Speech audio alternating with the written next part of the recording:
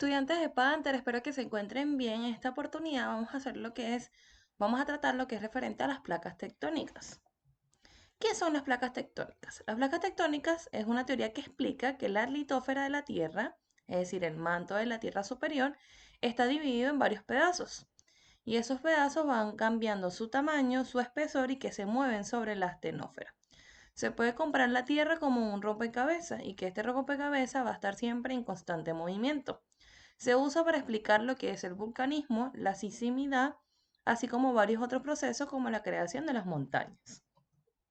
Lo que observamos en este punto son lo que es todos los continentes que conforman lo que es el planeta Tierra y que estos están unidos.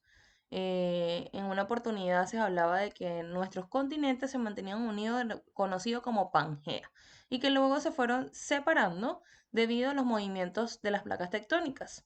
Esa placa tectónica no es más que estos bordes negros que especifican, ¿sí? Como la lateralidad de cada placa tectónica, la característica distinta, y que ésta, por los movimientos de calor de la superficie del inferior de la Tierra, generaba los movimientos de estas placas tectónicas. Alfred Wegener aplica lo que es la teoría continental y establece de que en un momento, como lo pueden observar aquí, la Tierra estaba, los continentes estaban unidos y esto se le denominaba Pangea. Luego los continentes, por movimientos de las placas, comenzaron a separarse, a rupturarse y formaron lo que es la aurencia y contralencia para ir formando lo que es la separación de estos, hasta llegar a los continentes que existen en la actualidad, ¿sí? Entonces, en un principio la Tierra se hace o se marcaba, la teoría enmarcada de la deriva continental, es que nosotros pertenecíamos a un solo continente denominado Pangea y que por los movimientos de la placa tectónica fueron separándose primero en una instancia en dos y luego en la instancia que conocemos en la actualidad de los 6 continentes. Entonces, en un principio veíamos de esta forma, ¿sí? Estaba todo muy unido. ¿Cómo demuestran que eso es verdad o no? Existen evidencias, por ejemplo, las similitudes de los bordes de los continentes, es decir, si nosotros volvemos a colocarlos juntos, los bordes, como al igual que un rompecabezas, son iguales y calzan. O sea, existe ese proceso de rompecabezas. Esto es lo que hace mencionar lo que era Pangea, luego se divide en dos, lo que es Laurecia y Gondwana, ¿ya? Tenemos la similitud de las secuencias de edades de las rocas, es decir, que esta estructura fósil de las rocas se mantenía en los continentes por separado. Entonces quiere decir que en una instancia estuvieron juntos y su proceso de evolución fue el mismo. Tenemos evidencia de los fósiles que a pesar de que estemos separados, por ejemplo África, la India, Australia, Antártida, Suramérica, las especies se encuentran en los diferentes continentes. Entonces, uno hace énfasis en que cómo estar tan separado, por ejemplo, Suramérica de África, y existe la misma especie. Entonces, hablamos de que en algún momento estuvieron unidas, la misma especie estaban en el mismo territorio, y por separarse quedaron así como, imagínense que esto era una 5 familia de lagarto, 5 individuos, y cuando se separaron, 2 quedaron en África y 2 quedaron en Sudamérica, 3 quedaron en Sudamérica. Entonces estos 3 siguen viviendo en Sudamérica, se reproduce, crece la especie, y en África esos 2 siguieron su proceso de reproducción. Entonces hablamos de otra evidencia, la conexión de las montañas, donde se hace énfasis que si logramos unir actualmente nuestras placas tectónicas, las montañas van a tener un nivel de conexión. Todas estas evidencias permiten establecer lo que es la teoría de las placas tectónicas. La teoría de la placa tectónica establece que la superficie del planeta se divide en 7 placas grandes y varias pequeñas. Son bloques rígidos compuestos de la litósfera, es decir, de superficie y del manto superior. Varía en tamaño y espesor y la litósfera parece flotar sobre la astenósfera y la astenósfera mide lo que es 600 kilómetros de grosor y de plástica. O sea, que eso es lo que permite el movimiento de esta placa tectónica. La extensión y borde de las placas tectónicas. La frecuencia sísmica y los volcanes se debe al movimiento de estas placas tectónicas, ¿sí?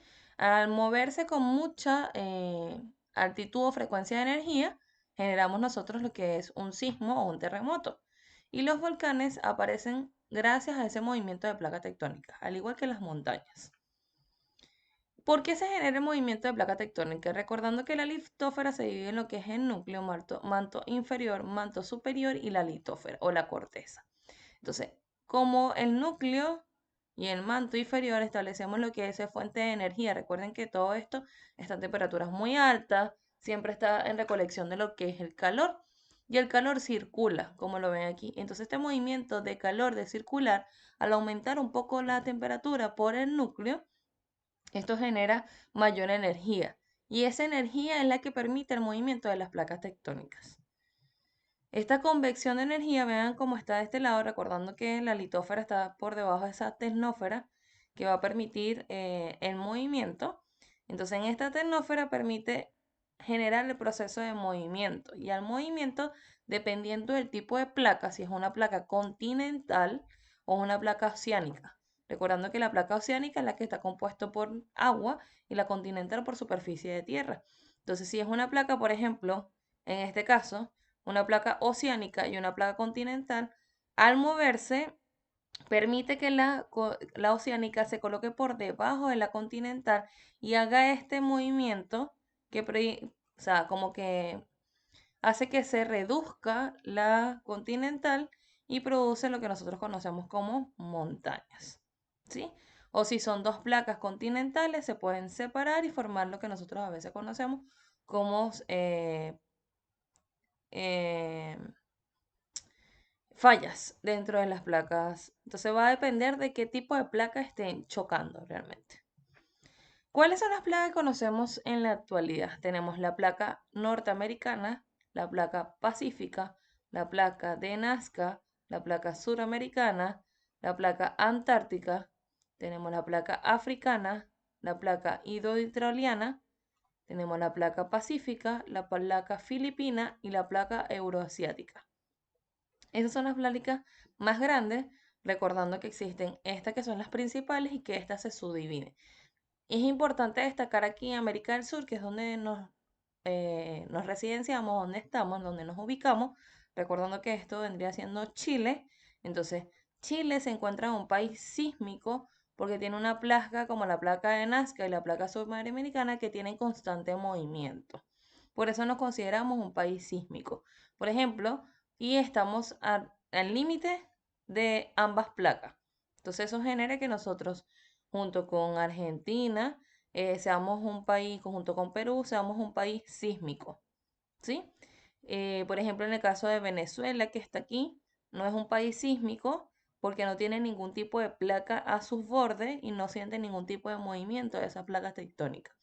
Recordando que estas placas están día a día en constante movimiento, por eso que podemos tener sismos con magnitudes muy bajas que nosotros no logramos sentir, pero logramos sentir cuando las magnitudes comienzan a aumentar como de 4.5 aproximadamente, es donde logramos sentir el movimiento dentro de la superficie, pero ellas están en constante movimiento.